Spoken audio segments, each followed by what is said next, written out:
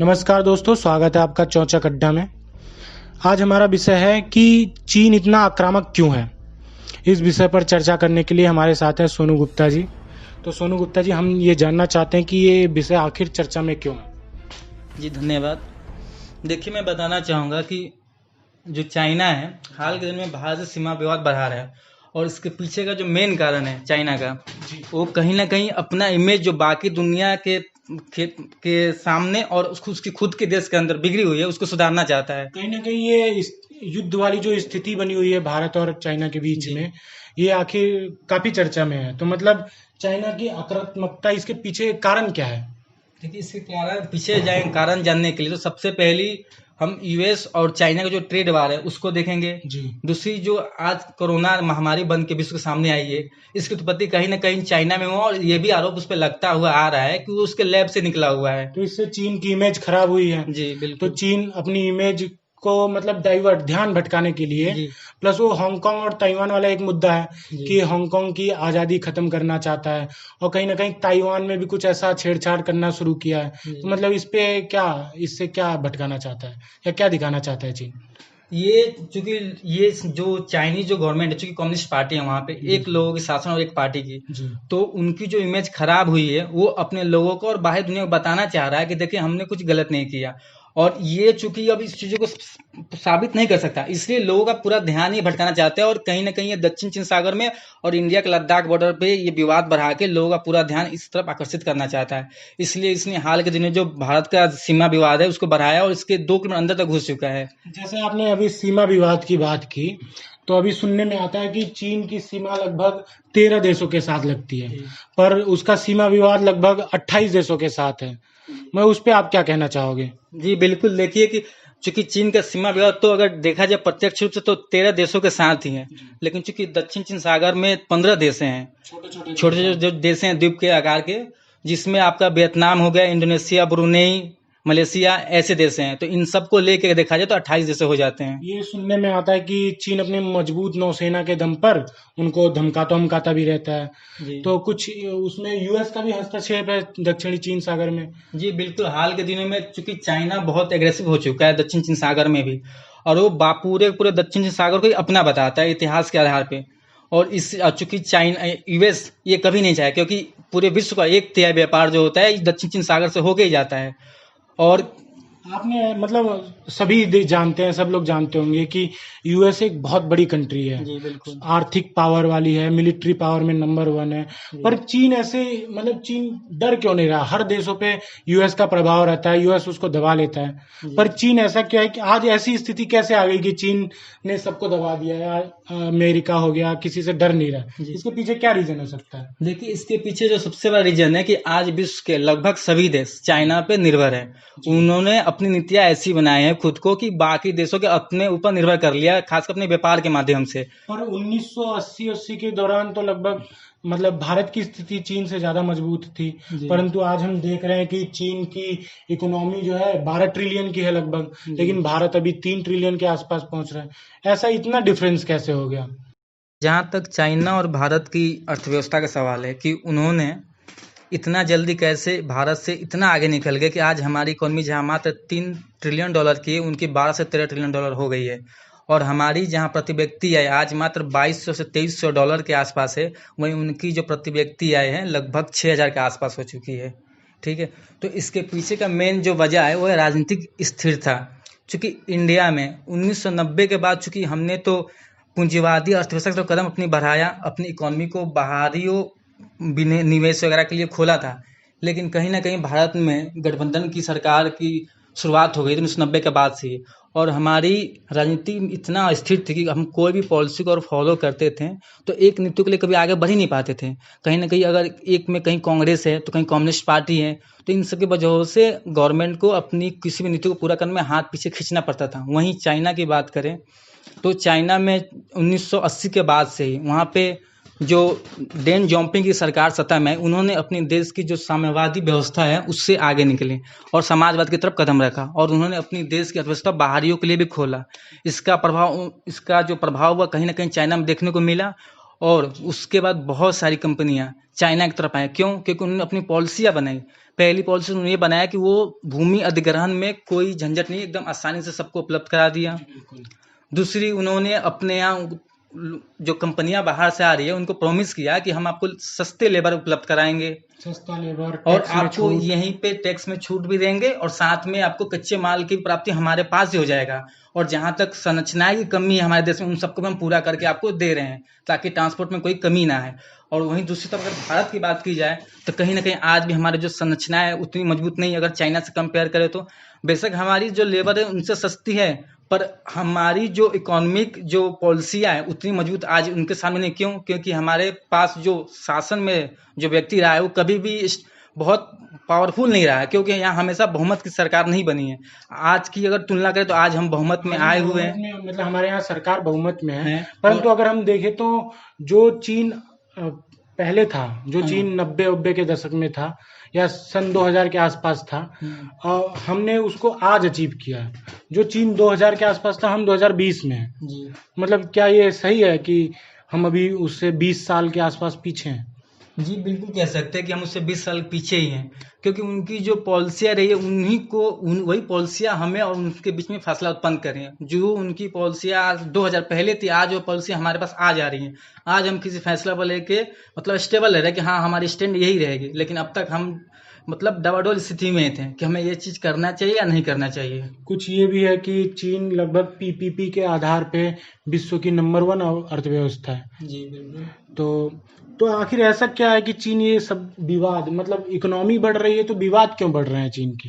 देखिए, इसको जानने के लिए हमें कहीं ना कहीं इसके इतिहास में जाना होगा। बिल्कुल सर। क्योंकि चाइना का मानना है ऐसा, वो हमेशा कहते हैं कि उनका एक ह्यूमिलिएशन का दौर रहा है, जिसका वो टाइम पीरियड बताते हैं 1839 लेके 1900 के 49-50 के आसपास का बताते हैं। जी। वे कहते हैं कि उस समय चूंकि हम पे जो बाहरी जो देश है, खासकर जो वेस्टर्न कंट्री है, यूएसए हो गई, ब्रिटेन हो गया, फ्रांस, और खासकर कुछ एशिया के भी कंट्री हैं जो उस समय बहुत मोस्ट पावरफुल थे, जैसे जापान हो गया और आपका रसिया हो गया। उन्होंने उनको मिलके लूटा है। लूटने का तरीका मतलब उनसे व्यापार किया, वहां से कच्चे माल ले जाके और चाइना को ही बाजार के रूप में मतलब इस्तेमाल किया और वहीं पे बेचा है फिर, और चाइना को बांट लिए थे आपस में। तो उस चीज को बोलता है चूंकि हमारे साथ ये गलत हुआ है और अब हम इसका बदला लेंगे। प्लस ये भी कुछ कि जैसे हांगकांग जो है वो ब्रिटेन ने हथिया लिया, और इधर व्लादिवोस्टोक जो आज रूस में आता है वो कहीं पहले चाइना का था, कुछ ऐसे क्लेम किए जाते हैं। जी, चाइना ने वो अपने हिसाब से अपने इतिहास के आधार पर एक मैप बना रखा है, जिसके आधार पर बोलता है कि लगभग जितने उसके पड़ोसी मुल्क है कहीं ना कहीं उसके जमीन को अपने हाथ में कब्जा रखें और वो उनको वापस लेना चाहता है। तो भारत के साथ ऐसा क्या स्थिति है कि भारत ने तो ना ह्यूमिलिएशन के दौर में भारत स्वतंत्र था कि उस चाइना को परेशान करे, तो ऐसा क्यों है कि बार बार भारत से विवाद ज्यादा रहता है चीन का? देखिए, इसका जहाँ तक सवाल है, एक समय तिब्बत में एक साम्राज्य हुआ था बहुत बड़ा, और चाइना ने उस तिब्बत को अपने अधीन कर लिया, और 1914 में एक समझौता हुआ था जिसमें जब हम ब्रिटिश के अधीन थे तो वहाँ पे ब्रिटिश सरकार और ब्रिटिश भारतीय सरकार और चाइना का जो सरकार थी और दलाई लामा मतलब कि जो तिब्बत की सरकार थी, इन तीनों ने एक समझौता किया था, मैकमोहन वाला, जिसपे चाइना सहमत नहीं हुआ था, लेकिन भारत और तिब्बत ने साइन किया था। लेकिन चूंकि अब आज हम देख रहे हैं तिब्बत जो चाइना के अधीन है उसने उसको कब्जा रखा है, और वो बोलता है कि जो लद्दाख का जो पार्ट है वो तिब्बत का है, इसलिए हमारा है, और इसलिए हमेशा विवाद उत्पन्न करता है कि हमें वापस चाहिए। कुछ उनकी फिंगर वाली फिलोसफी है कि अरुणाचल प्रदेश, सिक्किम, साथ में ये भूटान और नेपाल को भी अपना पार्ट मानते हैं।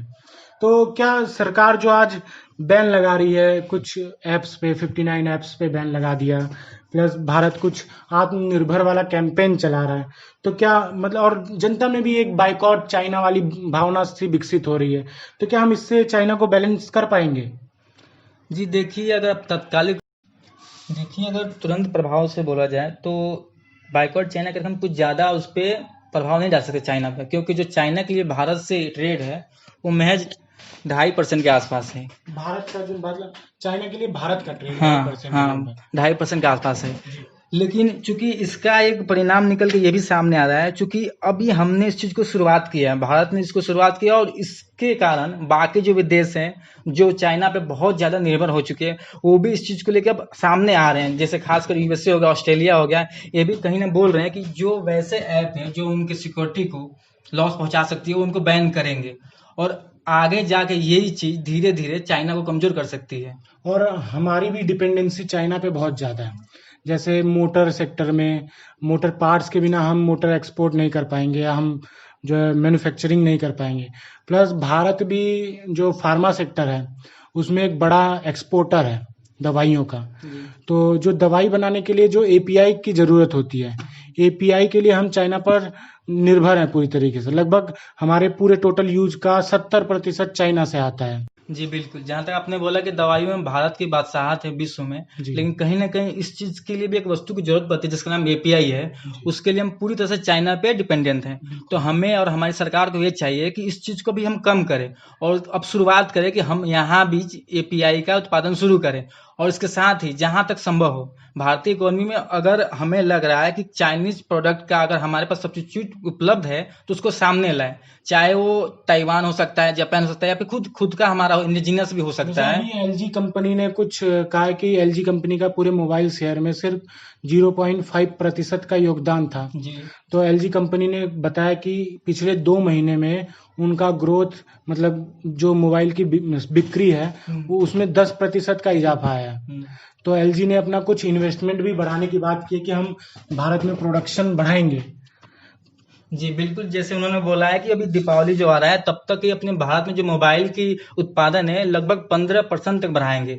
और कहीं ना कहीं ऐसे बहुत सारे और कंपनियां हैं जिनको ये चीज दिख रहा है, चूंकि अब भारत चाइना के जो उस पर डिपेंड उससे बाहर निकलना चाहते हैं और वो भारत में निवेश बढ़ाना चाहते हैं। और साथ ही जो हमारी भी इंडियन कंपनियां हैं वो भी चाह रही है कि अब हम भी आगे हैं। तो गवर्नमेंट को चाहिए अगर आत्मनिर्भर बनना है तो इनको सारी विशेष सुविधाएं उपलब्ध कराएं, खासकर जो भूमि अधिग्रहण करने में जो समस्याएं आती हैं, खासकर पॉलिसी को लेकर उसको आसान बनाए। गवर्नमेंट ने कुछ मोबाइल कंपनियों के लिए एक स्कीम शुरू की है, PLI करके। उसमें शायद ये कहा है कि 48,000 करोड़ रुपए का कुछ फंड लेके आई है कि उसमें वो जो 6% कुछ कंपनियों को देने की बात की है कि प्रॉफिट में हम छूट देंगे, कुछ ऐसा टैक्स में रिबेट देंगे, कुछ ऐसा चीज भी सुनने में आ रहा है।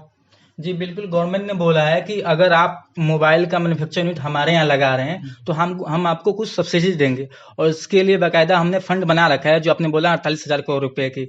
तो इसमें बहुत सारी कंपनियां इंटरेस्टेड हैं, खास जैसे एलजी। ये जो कोरोना वाला प्लस ये डिपेंडेंसी वाला, जैसे चाइना का विवाद बढ़ रहा है दुनिया में, तो बाकी देश भी जो मैन्युफैक्चरिंग करते थे चाइना में वो भी अपना जो मैन्युफैक्चरिंग है उसको शिफ्ट कर रहे हैं इंडिया में। जैसे जापान ने अपनी शायद कंपनियों को कहा है कि आप चाइना से बाहर कहीं भी जाइए, हम आपका जो खर्चा आएगा हम प्रोवाइड कराएंगे। तो मतलब अब समय आ चुका है कि चाइना पर से डिपेंडेंसी खत्म किया जाए, क्योंकि चाइना जैसे देश पर विश्वास करना थोड़ा सही नहीं है हमारे देश के लिए भी और सबके लिए। तो हमारी सभी श्रोतागण से या दर्शकों से कि आप लोग भी अब योगदान दें, भारत की इकोनॉमी में योगदान दें। जैसे अभी कुछ मंदी का दौर आया है तो अब ये सबसे बहुत अच्छा समय है अपने देश को मंदी से निकालने के लिए भी और साथ ही अपने बिजनेस को बढ़ाने के लिए भी कि इन्वेस्टमेंट बढ़ाएं। जैसे दुनिया में मतलब IMF का एक रिपोर्ट आई है, उसमें बोला गया कि पूरा विश्व जो है -4.9% से ग्रो करेगा, भारत -4.5% से ग्रो करेगा, लेकिन चाइना अभी भी 1.2% के ग्रोथ से मतलब पॉजिटिव में रहेगा वहां का ग्रोथ। तो हम इसको झुटला सकते हैं अगर हम अपने यहाँ डिमांड क्रिएट करें, हम अपने लोगों से जो है खरीदें, प्लस अगर जनता साथ आए, इन्वेस्टमेंट बढ़ाए, और सरकार को भी जरूरत है कि कुछ सही सही पॉलिसियां बनाए जो जरूरत है इकोनॉमिक्स में, तो हम इस मंदी को रोक सकते हैं आने से। क्योंकि मंदी अगर आई तो काफी लोगों की जान, जैसे अभी बॉलीवुड में भी आपने सुना होगा, ऐसे ही अर्थव्यवस्था के क्षेत्र में भी जहां जहां काम बंद हो रहा है वहां पर लोग जान दे रहे हैं। अब चूंकि ये बड़े नाम हैं बॉलीवुड में या कुछ बिजनेसमैन के, तो ये हम जानते हैं, परंतु इससे कुछ किसान, छोटे लेवल के मजदूर, उन्होंने भी कुछ सुसाइड या लोगों की जान गई है, उस पे लोगों की नजर नहीं है, ना वो खबरें मीडिया में आती हैं। परंतु अगर आप देश को बचाना चाहते हैं या लोगों को बचाना चाहते हैं, प्लस देश का फिर से सम्मान वापस दिलाना है, चाइना की तुलना में हमें मजबूत होना है, तो ये जरूरत है कि लोग इन्वेस्टमेंट बढ़ाएं। मार्केट में जितना पैसा फ्लो करेगा हमारा देश उतना ही ग्रो करेगा। तो इसी के साथ विदा लेते हैं। जय हिंद, जय भारत।